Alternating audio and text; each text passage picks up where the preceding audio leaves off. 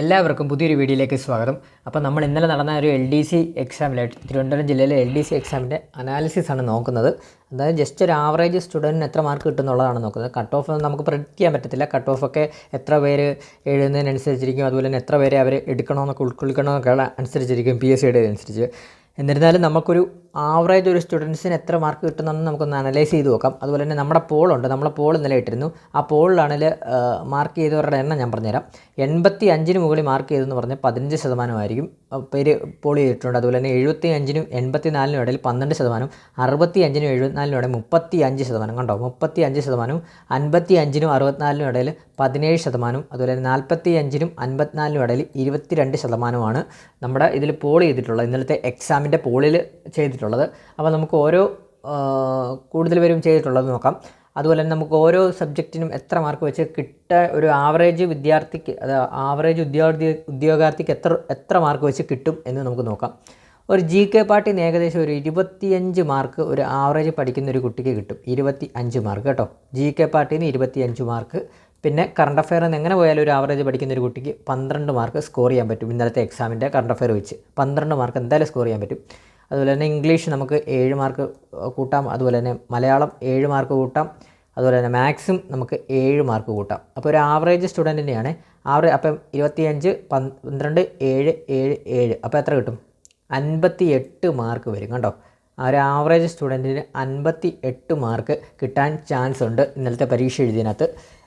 അതിനകത്ത് തന്നെ ഇയാളിനി ഇപ്പോൾ 58 മാർക്ക് കിട്ടിയ ആളിനിപ്പോൾ GKയിൽ കുറച്ച് ടോപ്പിക്സ് കൂടെ കറപ്പിക്കാൻ പോയി കഴിഞ്ഞാൽ നെഗറ്റീവായി കഴിഞ്ഞാൽ 58-ൽ താഴാൻ ചാൻസ് ഉണ്ട്. കണ്ടോ, 58-ൽ താഴാൻ ചാൻസ് ഉണ്ട്. അപ്പം ഇന്നലത്തെ പരീക്ഷയുടെ GK സംബന്ധിച്ച് പറയുവാണെങ്കിൽ എങ്ങനെയായിരുന്നു? സയൻസ് പാർട്ട്, അതുപോലെ തന്നെ സുപ്രധാന നിയമങ്ങൾ, അതുപോലെ തന്നെ ഗവേൺസ്, കേരള ഗവേൺസ്, അതുപോലെ തന്നെ സുപ്രധാന നിയമങ്ങൾ, കമ്പ്യൂട്ടർ അടിസ്ഥാന വിവരങ്ങളൊക്കെ അത്യാവശ്യം സ്കോർ ചെയ്യാൻ കഴിയത്തക്ക വിധത്തിലുള്ള ക്വസ്റ്റ്യൻസ് ആയിരുന്നു. പിന്നെ ഹിസ്റ്ററി പാർട്ടിൽ നിന്നും നമ്മുടെ എക്കണോമിക്സ് ഒക്കെ നല്ല ടഫായിട്ടാണ് വന്നത്. എക്കണോമിക്സൊക്കെ NCERT ടെസ്റ്റൊക്കെ ബേസ് ചെയ്തുള്ള ചോദ്യങ്ങളായിരുന്നു. നല്ല ടഫായിരുന്നു എക്കണോമിക്സിൽ നിന്നൊക്കെ വന്ന ചോദ്യങ്ങൾ.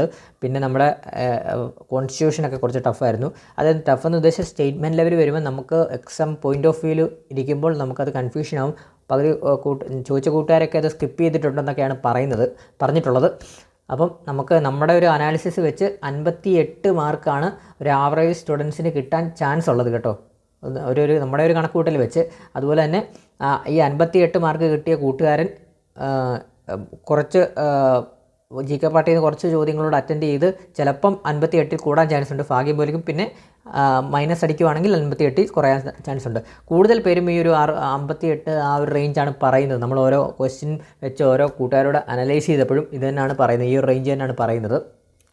പിന്നെ നമ്മുടെ പോളിൽ തന്നെ കണ്ടില്ല, 85 മാർക്കിന് മുകളിൽ കിട്ടിയവരുണ്ടെന്നൊക്കെയാണ് പറയുന്നത്. 15%-ഓളം ആൾക്കാർ പോൾ ചെയ്തിട്ടുണ്ട്. അതുപോലെ തന്നെ 75-നും 84-നും ഇടയിൽ 12%-ഓളം ആൾക്കാർ പോൾ ചെയ്തിട്ടുണ്ട്. ഏറ്റവും കൂടുതൽ ആൾക്കാർ പോൾ ചെയ്തത് 65 മുതൽ 74%, 35% പേരും പോൾ ചെയ്തിട്ടുണ്ട്. അപ്പോൾ എന്തായാലും നമുക്കിനിയിപ്പം അതിൻ്റെ കട്ട് ഓഫും ഫൈനൽ ആൻസർ കീയും കാര്യങ്ങളൊക്കെ വരട്ടെ, എന്നിട്ട് ബാക്കി കാര്യങ്ങളൊക്കെ നോക്കാം. എന്തായാലും ഒരു 50-നും 60-നും ഇടയിലൊക്കെ കട്ട് ഓഫ് വരാനേ ചാൻസ് ഉള്ളൂ. അതിൽ കൂടാനൊന്നും ചാൻസ് ഇല്ല. എന്തായാലും 50-നും 60-നും ഇടയിലൊക്കെ കട്ട് ഓഫ് വരാനാണ് ചാൻസ് വളരെയധികം കൂടുതൽ. അപ്പോൾ എന്തായാലും നമുക്ക് നോക്കാം. മാക്സിമം ചോദിച്ച കൂട്ടുകാരെല്ലാം അത്യാവശ്യം 50-ന് മുകളിലൊക്കെ മാർക്ക് സ്കോർ ചെയ്തിട്ടുണ്ടെന്നാണ് പറയുന്നത്. 50, 55-നും 60-നും മുകളിലൊക്കെ നമുക്ക് പരിചയമുള്ള കൂട്ടുകാരൊക്കെ സ്കോർ ചെയ്തിട്ടുണ്ടെന്നാണ് പറയുന്നത്. അപ്പോൾ പിന്നെ കുഴപ്പമില്ല. അപ്പോൾ 50-നും 60-നും ഇടയിലൊക്കെ കട്ട് ഓഫ് വരാനാണ് ചാൻസ് കൂടുതൽ. കട്ട് ഓഫ് ഇപ്പോഴും പറയുവാണ്, കട്ട് ഓഫ് കറക്റ്റായിട്ട് പ്രഡിക്റ്റ് ചെയ്യുന്നത് PSC ആണ്. എത്ര പേര് പരീക്ഷ എഴുതിയത് PSCക്കാണ് അറിയാവുന്നത്. അതിൻ്റെയൊക്കെ വീഡിയോസ് ഞാൻ പിന്നീട് എത്ര പേര് പരീക്ഷ എഴുതിയത് ഇന്നലത്തെ പരീക്ഷ ഏകദേശം 1,80,000 പേരും കണ്ടല്ലോ പരീക്ഷ എഴുതിയത്. അപ്പോൾ അതിനകത്ത് ഇന്നലത്തെ പരീക്ഷയ്ക്ക് എത്ര പേര് എഴുതിയെന്നൊക്കെ ഉള്ളത് കണക്കൊക്കെ നമുക്കിനി വാർത്തകളിലൊക്കെ അറിയാൻ സാധിക്കുമല്ലോ, വരും ദിവസങ്ങളിൽ അറിയാം. അതുപോലെ തന്നെ എത്ര പേരെ ഉൾക്കൊള്ളിക്കണമെന്നൊക്കെ PSC ആണ് തീരുമാനിക്കുന്നത്. അപ്പം അതിനൊക്കെ അനുസരിച്ചായിരിക്കും PSCയുടെ ഒരു കട്ട് ഓഫ് വരുന്നത്. നമ്മുടെ ഒരു അനാലിസിസ് പ്രകാരം പറയുവാണെങ്കിൽ 50-നും 60-നും ഇടയിലൊക്കെ ആയിരിക്കും കട്ട് ഓഫിൻ്റെ ചാൻസ് വളരെയധികം കൂടുതലായിട്ട് വരുന്നത്.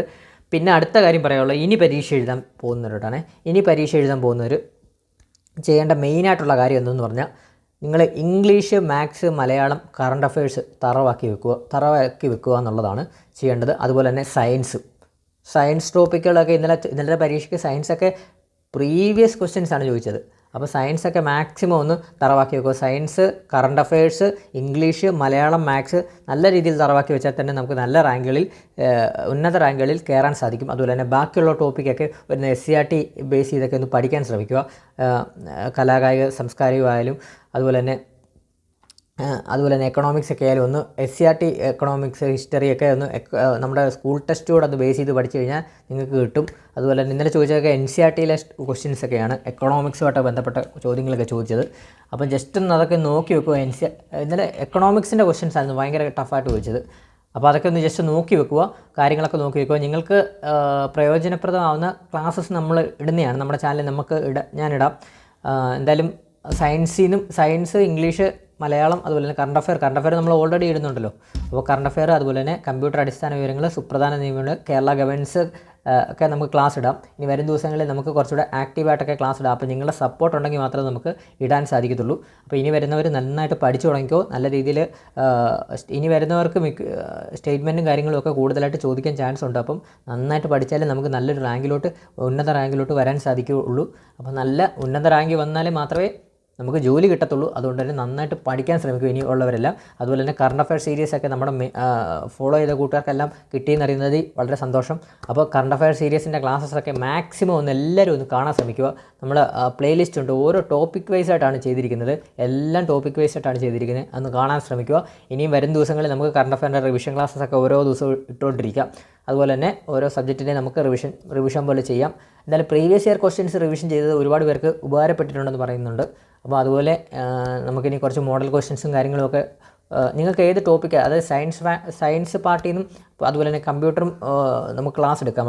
വരുന്ന ദിവസങ്ങളിൽ ക്ലാസ് എടുക്കാം. അതുപോലെ തന്നെ ഇംഗ്ലീഷ് മലയാളമൊക്കെ വളരെ സിമ്പിളായിട്ടാണ് ഇന്നത്തെ പരീക്ഷയ്ക്ക് ചോദിച്ചത് കേട്ടോ. മാത്സും അത്ര ടഫായിട്ട് വന്നില്ല. അപ്പോൾ ഇത്രയേ ഉള്ളൂ. അതുപോലെ തന്നെ നമ്മുടെ ടെലഗ്രാം ചാനൽ എല്ലാവരും ആരും ജോയിൻ ചെയ്തിട്ടില്ല. മാക്സിമം എല്ലാവരും നമ്മുടെ ടെലഗ്രാം ചാനലിലൂടെ ഒന്ന് ജോയിൻ ചെയ്യാൻ ശ്രമിക്കുക. അതുപോലെ തന്നെ നമ്മുടെ ചാനലൊന്ന് സബ്സ്ക്രൈബ് ചെയ്യാനും, പുതിയതായിട്ട് കാണുന്ന കൂട്ടുകാരുണ്ടെങ്കിൽ ഒന്ന് സബ്സ്ക്രൈബ് ചെയ്ത് ബെല്ലൈക്കൺ അമർത്തുക. അതുപോലെ തന്നെ വീഡിയോ ഇഷ്ടപ്പെട്ടാൽ ലൈക്ക് ചെയ്യുക. നിങ്ങളുടെ അഭിപ്രായങ്ങൾ, നിങ്ങൾക്ക് എത്ര മാർക്ക് കിട്ടിയിട്ടുണ്ട്, എത്ര കട്ട് ഓഫ് വരാൻ ചാൻസ് ഉണ്ട് എന്നുള്ള നിങ്ങളുടെ ഒരു അഭിപ്രായങ്ങൾ ഒന്ന് കമൻറ്റ് ചെയ്യുക. അപ്പോൾ നമ്മളെല്ലാവരും അഭിപ്രായങ്ങളല്ലേ, അപ്പോൾ നിങ്ങളുടെ അഭിപ്രായങ്ങൾ